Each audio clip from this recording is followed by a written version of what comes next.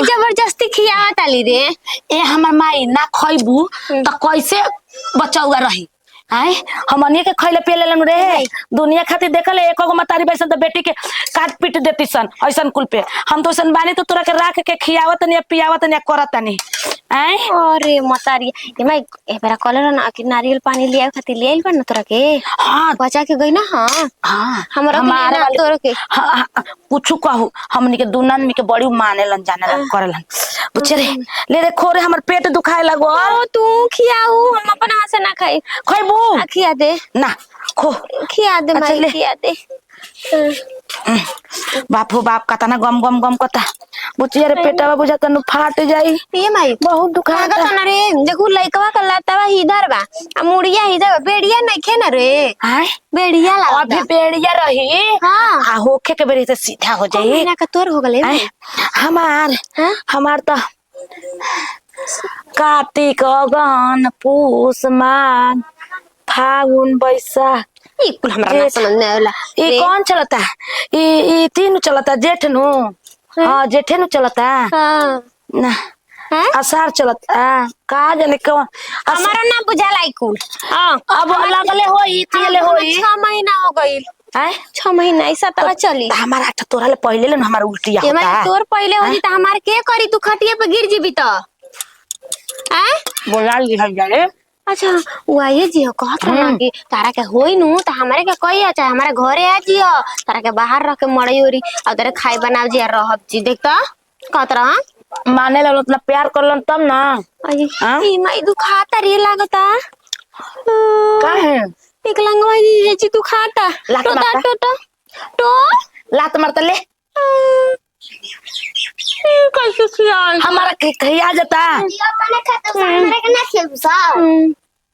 का खिया जाता रखे है देखा तो तार माई हसन हमनी के देही बा तो तोर माई खाना देबे जोग नहीं के करे जोग नहीं के तेल लगाए जोग नहीं के आ तारा हमनी के खियाई जा ई त खाली खाई के चक्कर में आ गई ना सोचले कि पुआ के एक लोटा पानी लिया के दे दी जो तो पानी लेके आता तोर पेटा फूलल बा हमनी के लइका के तो तोर पेटा फूली तो तोरा माई के फूली बोल ना तू तो अपना माई के एगो जमल हित चुकी आ ओकरा बाद में एको लइके फैके ने के होत का जाने काहे जैसन करम कइले ओसने न होई रे हमने के लाइन लगा दे जी ना रे माई हैं फिर हो कई भी एकरा बाद फिर एगो हो कई भी तब का जबले भगवान दियन भाई हमारे से तो ये दर्द बर्दाश्त नहीं कर फिर अगला कैसे हम रखब सुन बता एक बात कही उनकर प्यार जबले अमर रहे हमनियो के लइका जबले होते रही दे दीदी ना रे सा काले भी रे जो एक लोटा पानी लेके आता का लेबो लेके आ पानी मार में ठीक हो जेबो लेके आ हम मार के पेटा में आगे के कहा तले मारे के ना मारा थापे से जानते रे देखा तेरे कैसे टेढ़ी याद जाती है ना रे ओ अपन हाथ वाले रुक कैसे तोर ऐसे कर खाए खो ये माई रख दे बादों में खा ले जी फिर का रख दे ओए उतना बना को लेकिन कुछ को चटक बनल बा बुचियो ना रख दे वो यहाँ तक खाइया नु आए हुए हम नहीं पामने के जियाता नहीं जा बता और तो हम कहनु बुच्चे रे उनका खातिर अब तू मंगल सूट पहन आ इंगूर टिकुली कर अब जब उनका लड़का के माई बने वाला बोलाई भाई ओ कुल करी अब कराएंगे ना पड़ी ना तो केहू देखे तो कहते से मांग ले सिंदूर है नहीं के तो लड़का कहां ले होगे ठीक कहताली कोनो चुप ये देखो तो ई मलियो गिरल हटुए हां ये न बटे हो तनका घर में बुझाता कि औंस दे दला सब पानी गिर के के लगो काजी का करता हो ई मली खाता नहीं जी खाई ओए खाता खाए का मन करता है हां ऐस मन एकदम टना खगुल कि ना एकदम टनक नु धैले बे हम नींबो वो खइबू नु चटबू नु तो वो मनावे एकदम साफा फ्रेश कर दी ना भगनी बेटुआ जमीरी नींबू हो ना दुकानी पे सलाइल बनी किन के हम नींबू ना खाइन दूगो लाइल बनी किन के दुकानी पले चुप रही हां अब ला ओकरा में मरचा डाल के अचारो डाला जाई हौका नींबू बड़े तोड़ के ले जाए अब ला आग उड़तनु अब त हार नींबू हम ना तुरम काजी बाबूआ जी ढेर देखो तनी हेने ओने घूमत तनी का बात बा अब ला घूमत नहीं तो बात में कौन बात बा आ कहिए नहीं बाहर से जी बाहर से पता नहीं का तारा औला ना घरे में पियावा परिचय नहीं ये तो हाल बा घरे में विभीषण लुकाइल बा अब पते नहीं खे आई दादा ये काची कर अइला हमारा आज 15 दिन होके जा रहा ना हम ना देखनी हम ना रही तू फेरा में हमार रहू छोटका तो भईवा के बती छेका रहे ना पहले तूहे भौजाई हो कि पहले गाड़ी धरो तो तारा भनक लाग जात रहे अब तो ऐजा 15 दिन हो गइल तारा पते नहीं खे तो रह हम घरवा तब न जी घरे ना रही यही के चलते आ तब जी बबुआ जी सब ठीक बानू कुशल मंगल बानू खूब बढ़िया मैं तू भौजी पहले लेखा अब नहीं खू आए पहले तारंगा बाजी चलत रहे जिला जवार पथार में शोर रहत रहे लेकिन अब तनी कम हो गइल बा ठीक बा अथी रहे के चाहिए पहले तार बोलबाला रहे अब तो तू कहतो हम जानते नहीं कहिया नहीं कहां चल गुरल हो न कहते बई के नैहर करे छोटका भईवा के छेका रहे नैहर हां ओजे बगल में रहे मैहर घूम ले तू ना भगनी एकदम बुझाल बोली बोल अच्छा पर पहले प्रोग्राम में जात रही आदत हो गइल बा ना जी अब आदत का हो गया कोनो कुल फालतू बोले का तो सीखे अजीब के बा बाजी अब मेहनत करी मान ली कि एक गो लड़की परवतनिए बंद करा दे हां इधर का बात कहलू नहीं एक गो लड़का फैका हो जाता तनी घर तनी आगे में बढ़े ला कम से कम दू गो लड़का चाहे दू गो लड़का एगो लड़की तो लड़की के कोटा पूरा होल बा अब दू गो लड़का चाहे तो का है दांतवा हिल जाए तब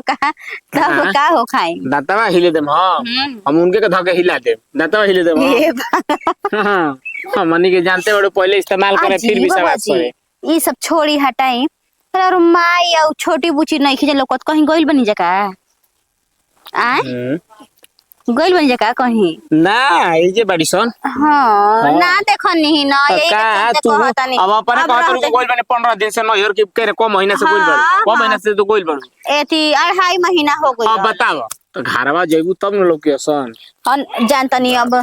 ओने से आइनी ही ना तो देखतनी कि हई मोय चरा देला से यही के चलते जीवे बैठल बानी जने हुआ हां का करम जी ये न होखेला है कि घरे के उ ना रहे त तनी देखे तके में त एथी क देवेलन स आ कहनी राम बाबा के दादा से कह छिटवा देले रहनी ही कि तनी एथी कर देम बुन दे हम आके देखत है कि मोय चरा देले बड़न स अकेले ना रहला पा अकेले बगीचा बगीचा में ना रह जाला अकेले ना त अब का डर लगता ही हां ज्यादा आदमी से नहीं के डरा के यही पेड़ा पे एगो लंगूड़ी रहेला बड़ी घटिया छछाड़ा ह एका कहतनी जी हां का टूटले वाला केहू के हम कोई तक ले इतना दिन हमरा इला हो गेला तक हम देखला ही नहीं ना न देखबू अकेले पावेला तबे जगह उतरेला ना तो ऐसे ना उतरेला उ ना भगला बेटा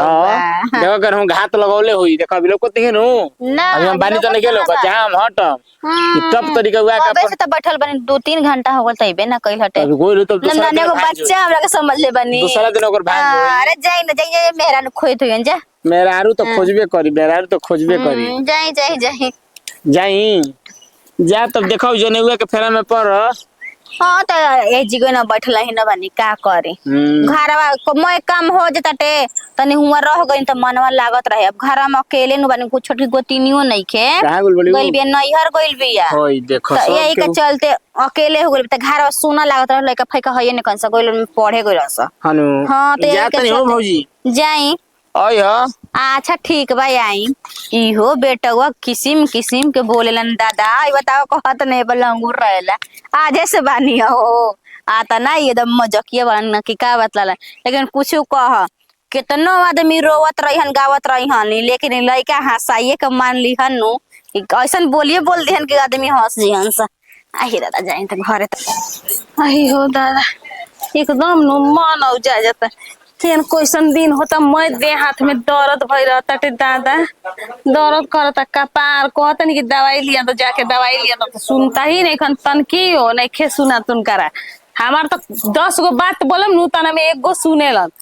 के जन केने बोल बिया वो बुझाते नहीं खे इहो एगो बेटी बिया नु दिन भर मां कते रहत है खाली दादी पनीर खाती है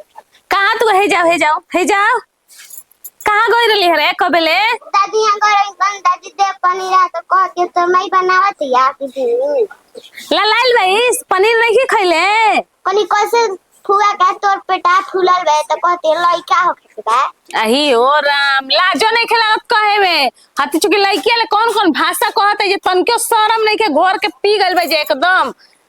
एकदम से ना ली पनीर मंगवा ना तो मारम तक वो मारा मुंह में तोड़ देने मारा बाबा ये मारम तोड़ देने दूसरा के देखा देख कपार फोड़ भी रे आय पनीर मंगवा ओ हम के तो होने ले झिट के खाए के बा अपन रुपया पैसा लगे के बा जने मन तने बनावते जे खाते जे तोर के बाटे देबे वाला रोज तारा के जौन जौन देखबू तन तन तारा के खियाइब हम बना के खाए दो ओनी के जरे जो मत तू चल के दाल भात खो बनल बा का बोलो आय पनीर खाई तो बनल नहीं खे केकरा खातिर बनल बा का है नाम लिख के का बनल बा पिसा हो हाँ नामे लिखल बा ओकरा पर ओए दोनों जानी खातिर बनल बा और कोई खातिर नहीं खे ये बनल बात को ओई दोनों जान खातिर का ना हम ना खाइब दू नंबरी के कमाई के पैसा के पनीर हम ना खाइब कैसन दोनों मरी हमारा तो बते तू कॉल का चाहता रू आई दादा नहीं जा देखा आई दादा लास्तरम नहीं खेला दिमागे नहीं खे काम करत का कुंवार बहिन पेट लेके ढोवत या नहीं खेलो कत नीमन लगाता लोग अच्छा कहता ई कुल यही तो हम फेल मार देता नहीं यही हम फेल मार देता नहीं जानलू कि ना चारों बगल सब जीत जाता नहीं लेकिन यही फेल मार देता नहीं आदमी कहेला कि जेकरा घर में भाई अपना रहेला ओकर बेटी बहन बेबहारा हो जली सर जब खुद नियन भाइयो बा बापो बा तब बोल लास्तरम नहीं खे केहू के डर नहीं खे का हम कही आज ओसन कांडवा कइले बड़ी सन तब नु त लइकिया खातिर माना बाटे पनीर बा के ना खाई माना तबे नहीं खिजानु देत गलिया मांगे तो अरे हां पते तोरा खातिर बनल बा केकरा खातिर बनल पूछले ना केकरा खातिर बनल बा पते हमनी खातिर बनल हैं तारा की जो तोर बाबू के तो जांगल में कोड़ी फुटल बा घून लगल बा कमैयन तब नु पनीर खइबू इनको के तो मिला था बैठल बैठल कहां भाई सन हैं केने भाई सन के जा आगाना मार मोर तो करता मार दिनु एक लाठी ले जाके कपड़े पे ब्रेन हेमरेज हो जाओ आतना तो लाठी में दमे बाटे लाठी के डर रहते ये कुल करम होइत आए बुढ़ौती में अपने तो पेट फुला के चलते बड़ी बेटियों पेट फुला ले बिया सब लोग थूकता करो हमारी इज्जत के एकदम पाही लगा दे दिसन एकदम हमारा इज्जत के पाही लगा के धो दे दिसन ले चल के हमारे गाँव में छोड़ दी तू तो एगो और डिस्टर्ब कइले रहलू हमरा का अलग ही एजा मनु एजा ना पोसई हमर लड़की देखा देखी प्रभाव नहीं के पड़ावे के ओइ जे ठीक बा हमर गाँव माने में हमार कोनो इज्जत नहीं छे बियाह कइले बने हम ओजे पोसे खातिर पढ़ावे खातिर माने हमन ये खातिर इज्जत के लौकता और कोई खातिर नहीं खे लौकता खे पर पर्दा पड़ गइल बा नहीं खे लौकत ओ अनु लंग खातिर अखे खोल के देखे के चाहिए नु बोले के ना चाहिए रौरा जी एक वाली बोलत नहीं बोला नहीं रह जा रह नौ छो हम कहि देता नहीं रुक जा न छोकर के आवतन ये निमन आवतन तो ये कुल खेला होइत का ड्रामा होता टे घर में तन क्यों लोग के लाजे शर्म नहीं खेना बाप के मतलब माना बेटा के मतलब जन होता तन होखे दा अपना मन के फिर जाती अरे अरे हेने सुन रहे बच्ची हमरा उठिए बैठ नहीं के जा लागत अब तब हमर जीव होता अब तो तार जी भइल बा हां ठंड की लड़ा भी पेटा में पेट दुखाए लागल ये दादा अरे बुचिया रे मारे लगता कि हमर जान चल जाई कनी नो बुचिया हम तो कहम नु ना होई नु ए मैं हमरे के बैठा ता बैठा रे बैठा बैठबे हम ना बैठम रुक हमरे के बैठा हमरा खड़ा नहीं क्या कर जात एगो बात कही बुचिया रे सुन अयो दादा फोन करना फोन बाजारे गइल बानी बोला बाजारे गइल बानी कतनी के हमरा के आए में अभी टाइम लगी 2 घंटा का करे तब वहां के आई बैठा ए भैया तनी से बैठा दे हमरा के नीचे में बैठा चट के लतावा से पोठियों लगा धो देबो पट देना क देबो बुझाई अरे तो का हो जाई माने बैठा देबे त माने ऐसा नहीं के बुझत मतारी के आ तोर बहन कैसे हाल बा अरे घटिया मेरा रुक मातारियो का हमरा लाज लगा टुकली रे 1 लोटा पानी लिया दे त हमरा पर के करम तने की देखो हमरा साथ से कौन कौन तो करे करावत रे अच्छा मैं घटिया के कौन बात बरे बताओ तोरा तो सोचे के चाहिए सुधीरे खुद सोचे के चाहिए ना तो हमनी घरे एगो हम बानी कोनो मारपीट जैसे ऐसे माई बहन मिल के लाठी तैयार करत ऐसा लाठी तैयार करता हैं कारा लाठी में आगु झूल घालो तू लाठी तैयार करताड़ू त का करतनी बोल ना का बोलत माने ते निमन ते कर्म करताड़े नु ते तो करते बड़ा लइकियों से करावताड़े हमनी के गलती का करता नहीं जा मारबे के फाइट के चल जीव मदन पुट करते देखता मतरिया एको भाषा ना मारे के सोचला मारे के आवत न हई तो तार के मारी हई ये निकाल के मरवाई जा देखत रहे कैसे तार माई हरिया ले तार माई चेक करवाइला मानी हमारा मलाई का आई हो मैया जा जा हम हमारी इज्जत सही में के एक मुट्ठी पकड़ आई हो मैया सलाम से तो रहने का कि चुनाव लड़े का मुखिया के देख लइके पे हाथ धोदे नु लइके पे हाथ के नहीं कहत नहीं हम बर्दाश्त करम लइके पे बात औ हम लइका के मारे बार नु कभी करिया त हम उन्हें के कोई देख लेके होनी नती होइसन दे में मारते पेट पे ओकरा के ना मन करबा ठीक मार दे बसिया मतरिया हां मरवा लगन नहीं के होते कहीं टिटू की कहले बाड़ू लगन नहीं के हो तारा ले फाका आदमी पाई तब नु तू ही तो धाका कइले बड़ घर में की पेटे मर आ हीरा मामा फुलाइले बानी का कर भी जाता है छोड़ दे एकरा के अकेला में मरी है तब एकरा के अपने मतरिया मेरी बाग बना तो खिलवाड़ो ना खइबू पनीर यही से पूछनी तरवा कहली के घरे बैसल लेकिन मधे से होके कहले रहनी के भौजी हमरा के हॉस्पिटल ले ले चला था हाय हमने के यार के हां यार के ये कहीं पर दोनों मैया बेटे हाँ तो का हो गई लाठी तैयार कर दे जाए सनिया लाठी अगर केहू घरे टोला में झगड़ा होई पड्डू की लाठी लेके दौड़ाई जा बेड़े लेके दौड़ाई जा हाँ ले चल हॉस्पिटल में लाठी सब लोग जुटावे लगी नु तब त इज्जत नाम के कोनो चीजे ना रही कौन सी इज्जत में इज्जत लइका चाहो खा तो इज्जत चल जाता इज्जत चल जाता घिन्ना बरल माई तो बेटी दोनों एके पपा उजत का हो गई घिन के कौन बतवा मार तुम के ए जी चलो पैसा दे अल्ट्रासाउंड करावे जाए जा भाई से काला जाई का तो भाई के लेके सुत एगो के लिए काम मत करिया जैसे जिया साना खासा न रहसन चल हां चल अरे बाप हो बाप आई देखा नु नतिया अपने मेरे का कैसे बहका के लेके गई आय लाज ना लग कैसे लाज हो जी आय बुढ़वा बुढ़ाओ के नहीं को जाना तो मल रहे तो वही घर भागल पाओ तो अभी नहीं बोलल आय कहता उनका क्या पूछता ठगा के हिया मारा ऐस करता हां जाए तो जाना लकड़ी बहुत हरामी है देख कैसे मजा ले बोले तो हमार लइका न नतिया मजा लिया होता आज उ निमर रही त कही त हां हम माई बे बहिन हमरे सन करिया सन आई लाठी तैयार करिया सन तो के बोले आय अरे बाप रे बाप दादा आय ले चल मने के घर कैसे सुता अरे न रे ले चल अरे बाप रे ये दादा अरे गिर जाइए बात तेज हमरा के दैले वाली है जी अच्छा धीरे से धरी हां जा जा